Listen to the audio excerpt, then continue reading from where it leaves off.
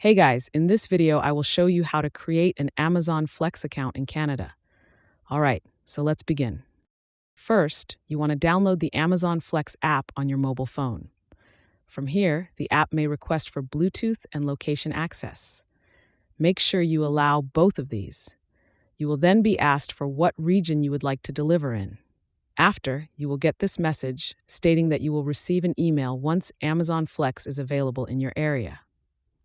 If Amazon Flex is already available in your area, you will get a set of questions that look like this: your zip code, the days you want to deliver, the times you want to deliver, the amount of hours per week, and the type of car you will be using for these deliveries.